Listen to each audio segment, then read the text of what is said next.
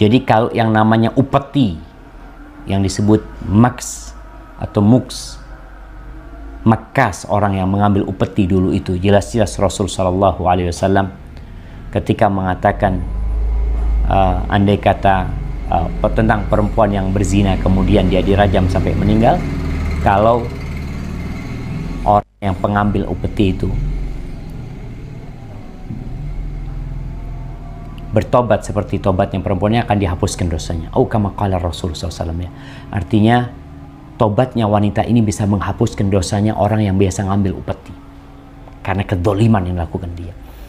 Apakah pajak ini sama dengan upeti? Ini intinya para ulama.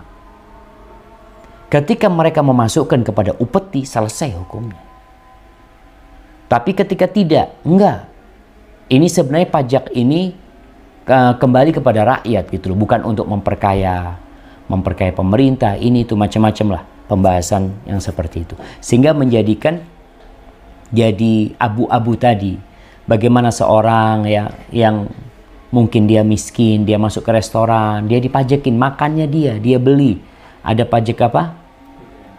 Pajak PPN, ya, dia punya uang cuma 20.000. Dia beli, dipajekin dari uang dia gitu loh.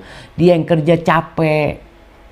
Makanya pemerintah ketika mengambil dari rakyat itu, memang ada ambilan-ambilan yang diperbolehkan pemerintah mengambil dari rakyat. Tapi bukan yang mendolimin mereka. Kemudian mereka juga berbincang tentang masalah pajak yang kembali kepada rakyat. Kalau benar kembali kepada rakyat. Tapi kalau ternyata itu dimakan oleh sebagian pejabat umpamanya. Sebagaimana kita telah melihat, ada pegawai-pegawai pajak yang menilap uang rakyat sebenarnya. Dan kita tahu pajak ini digunakan untuk menggaji semua tuh orang, presiden mau siapa, digaji oleh rakyat dari pajak tersebut. Itu yang kita lihat seperti itu. Makanya masalahnya masih abu-abu tentang pajak ini. Ketika masuk ke upeti, selesai. Makanya sebagian ulama memasukkan ke upeti itu. Kemudian kalau benar lagi masalah pajak ini, katanya pajak itu buat jalanan. Kenapa jalan bolong-bolong semuanya? Musim hujan umpamanya, rusak semuanya. Kemana uang rakyat yang diberikan itu? Itulah nanti akan jadi haramnya di sana lagi. Makanya ketika abu-abu, ya, famanittaqa syubuhat faqad istabra li dini wa irdihi. Barang siapa yang menghindarin syubhat, karena ada syubhat ke yang haram, ada syubhat ke yang boleh. Yang menghindarin perbuatan itu, maka dia telah menjaga kehormatan dirinya dan agamanya dia telah menjaga. Seperti itu. Jadi untuk urusan pajak ini tadi, kapan akan jadi boleh, kapan jadi tidak boleh, dan memang para ulama membincangkan hal itu. Ketika kita melihat kondisinya memang ternyata ya ada unsur kezaliman di sana, maka seorang muslim menghindarin kezaliman. Karena upeti itu menzalimin rakyat. Mereka yang kerja, mereka yang capek, mereka yang lelah, kemudian hasilnya diambil. Seperti kalau dulu zamannya Belanda.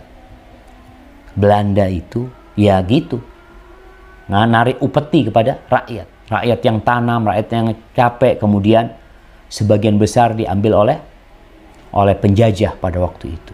Sedangkan yang namanya sebuah negara itu diberi kewenangan untuk mengelola negara ini. Ada emas, ada minyak, ada tambang, ada segala, mau bicara fasilitas-fasilitas umum ya.